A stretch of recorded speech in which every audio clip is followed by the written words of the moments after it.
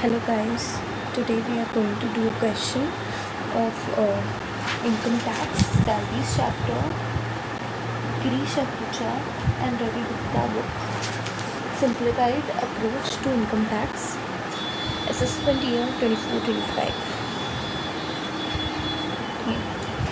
अभी हम देखते हैं इस क्वेश्चन में क्या दे रखा है। Sikri is an assistant manager of textile company of Jaipur since 1991। ठीक है, उसने हमें इनकम दे रखा है 23-24 का, बट हमारा असेसमेंट ईयर है 24-25। Basic salary is always taxable, DA is always taxable which is equals to 5,000 into 12 per month is equals to 60,000. Educational allowance is taxable under new scheme, under new regime it is taxable। यहाँ दे रखा है कि 150 per month per child, उसके 2 children हैं तो 150 into 2 into 12 which is equals to 3,600। commission is always taxable which is equals to 10,000, 1% of 10 lakh। Entertainment allowance always taxable. अगर old regime दे रखा होता तो एंटरटेनमेंट अलाउंस एक एग्जेम्पशन उनको ही मिलता जो गवर्नमेंट एम्प्लॉय है, बट ये बहुत पहले की बात है। तो हम आगे बढ़ते हैं। तो इट इज़ ऑलवेज टैक्सेबल। अब ट्रैवलिंग अलाउंस, अगर ट्रैवलिंग अलाउंस,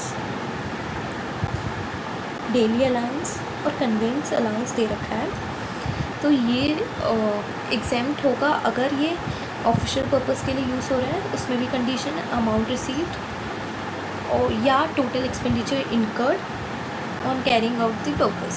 ठीक है, to carry out the purpose. Example, यहाँ हमें 500 रिसीव हुआ है और हमारा एक्सपेंडिचर भी 500 हो गया तो हमारा 500 एग्जेम्प्ट हो गया। इन दिस केस 30,000 हमारा हमें रिसीव हुआ है और हमारा एक्सपेंडिचर भी 30,000 है तो हमारा टैक्सेबल अमाउंट 0 है। इन दिस केस एक क्लॉथ दे रखा है जो 1000 है, ये एग्जेम्प्ट है क्योंकि any gift receive from the employer which whose value is less than 5,000 then it is exempt। ठीक है, इसका एग्जाम्प्ट है। हम नेक्स्ट केस देखते हैं।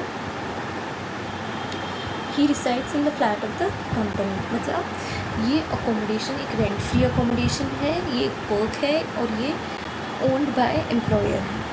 ठीक है, अब हम आगे देखते हैं कि एक वॉच और एक दे रखा है हमें जो कंपनी पे कर रही है उन्हें 400 पर month, 400 into 2 into 12 which is equals to 9600। ये टैक्सेबल ही होगा, इसमें कोई वो एग्जम्पशन कुछ नहीं है। अभी हमारा मार्केट रेंट है 12,000। ठीक, और मार्केट रेंट है 12,000 तो साल में तो 1,44,000 हो जाएगा। ठीक है, अगर मार्केट रेंट देखें तब, बट इसमें हमें पेज नंबर 155 या पेज नंबर 67 खोलना है तो उसमें हमें मतलब कंडीशन दे रखी है कि कितना % ऑफ सैलरी हमें चार्ज करना है। ठीक है, तो ये accommodation is owned by the employer, तो हमारा वो कंडीशन हम देखेंगे। तो हमारा पॉपुलेशन है, उसमें दे रखा है, क्वेश्चन में दे रखा है 2008 में हमारा पॉपुलेशन 26 लाख था। अभी करंटली हम चेक करेंगे 2011 में हमारा पॉपुलेशन 60 लाख से ज़्यादा है, जिसकी वजह से हम अगर कंडीशन चेक करेंगे तो उसमें लिखा होगा कि हमें 10% ऑफ द सैलरी हमारा टैक्सेबल होगा। ठीक है, अभी हम सैलरी कैसे हम निकालते हैं। फर्स्ट बेसिक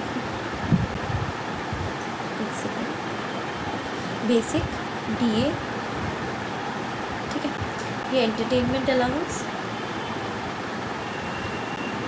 ये क्या है, ये 5 महीने का निकालेंगे, 10,000 पूरे साल का है तो हमारा ये है कमीशन। यहाँ देखना ये है education allowance, 150 into 5 into 2 child है, ठीक है, और कन्फ्यूजन नहीं होनी चाहिए। इसके हमारा टोटल आएगा इतना।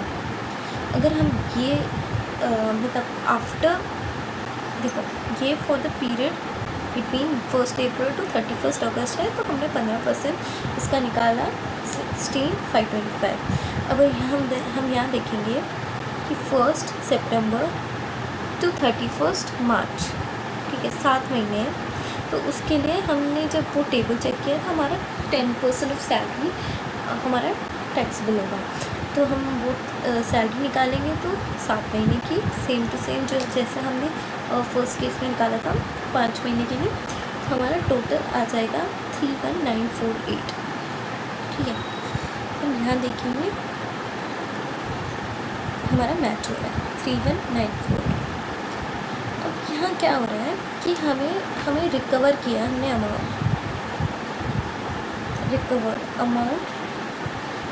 रिकवर फ्रॉम एम्प्लॉय मतलब हमें एम्प्लॉय हमें मतलब कंपनी को हम पैसा दे रहा है। ये हम यहाँ देखिए ठीक से 1500 दे रहा है, 1500 पर मंथ है, विच इज़ इक्वल्स टू 96, नहीं सॉरी 18,000। तो हमारा 18,000 है। तो ये ठीक है,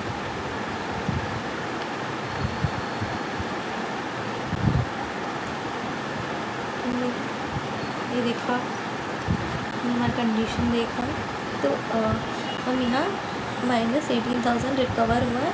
तो जो अमाउंट बचा है, जो ये बेनिफिट है, इसे टैक्सेबल करते हैं,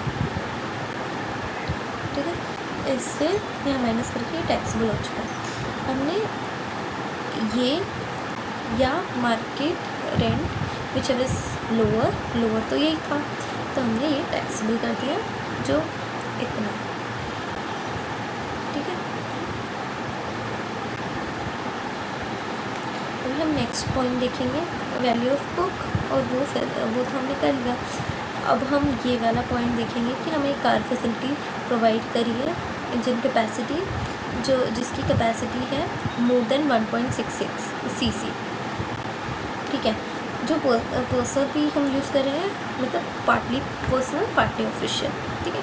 अगर पार्टली पर्सनल पार्टली ऑफिशियल हम एक टेबल चेक करेंगे पेज नंबर 83 में, तो उसमें हमें बताया गया है कि उसमें हम देखेंगे कि एम्प्लॉयर ओन करता है प्लस एम्प्लॉयर मेंटेनेंस मतलब पेट्रोल और या कुछ वो भी देता है।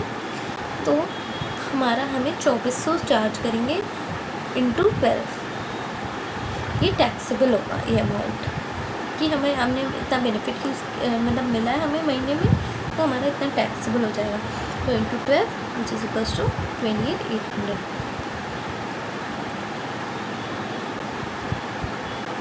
अब हम देखेंगे contribution to RPF recognised provident fund, interest, पहले इंटरेस्ट देख लेते हैं। Interest exempt if it is below 9.5% per annum, ठीक है। In this case we are receiving 13%। तो हम 9.5% का कितना आएगा इंटरेस्ट वो निकाल देंगे। इतना तो हमारा एग्जेम्प्ट है, तो हमने टोटल कितना रिसीव हो 16,250। 16,250 को में से हम डिडक्ट कर लेंगे 11,875, तो हमारा एक अमाउंट आ जाएगा जो टैक्सेबल हो जाएगा, ठीक है। ये हमारा एक्स्ट्रा अमाउंट है, ठीक है। हम सेम ऐसे ही जैसे हमें अभी दे रखा है क्वेश्चन में कि हमारा 40,000 है, ठीक है। बट हमें देखो, अगर हम कंडीशंस देखें बुक में, तो उसमें दे रखे कि एम्प्लॉयर की कंट्रीब्यूशन 12% से ज़्यादा नहीं होनी चाहिए। अगर 12% से जो भी एक्स्ट्रा होगा वो अमाउंट टैक्सेबल हो जाएगा। इन दिस केस हमने 12% कैसे निकाला, 12% ऑफ सैलरी मतलब basic plus D A forming part of retirement benefit plus commission, इसका टोटल आ जाएगा 250 to 400। अगर 250 to 400 आ रहा है 250 to 400 का हम 12% निकाल रहे हैं। जो 12% आएगा वो है 30 to 88। ये 12% हमारे लिए एग्जेम्प्ट अमाउंट, तो 40,000 minus exempt amount which is equals to 9710, ये टैक्सेबल हो जाएगा। अगर कॉन्ट्रीब्यूशन एक एम्प्लॉय कर रहा है तो उनको ग्रॉस टोटल इनकम से डिडक्शन तो मिल जाएगी 80C में, ठीक है। और TDS का भी हम पॉइंट जब देखेंगे, अगर हम टैक्स निकाल रहे होते हैं स्लैब रेट से, सारे टैक्स हम कैलकुलेट कर रहे होते हैं, तो हम देखते हैं कि 6,000 का हमें क्या ट्रीटमेंट करना है। But in this question we only have to calculate the amount that will be taxable under the head salary. जो अगर हम ये सब निकाल लेंगे तो हमारा टोटल, अभी हमने ऊपर जो भी देखा उन सब का टोटल आएगा 388,435। और हमें जो स्टैंडर्ड डिडक्शन अंडर 16A में मिलता है जिस इक्वल्स टू 50,000। ये तो हर उसमें रिजीम में मिलेगा, ओल्ड या न्यू दोनों में मिलेगा, ठीक है। तो हम वो माइनस करेंगे तो हमारा जो अमाउंट होगा ये tax under the head salary है। Thank you.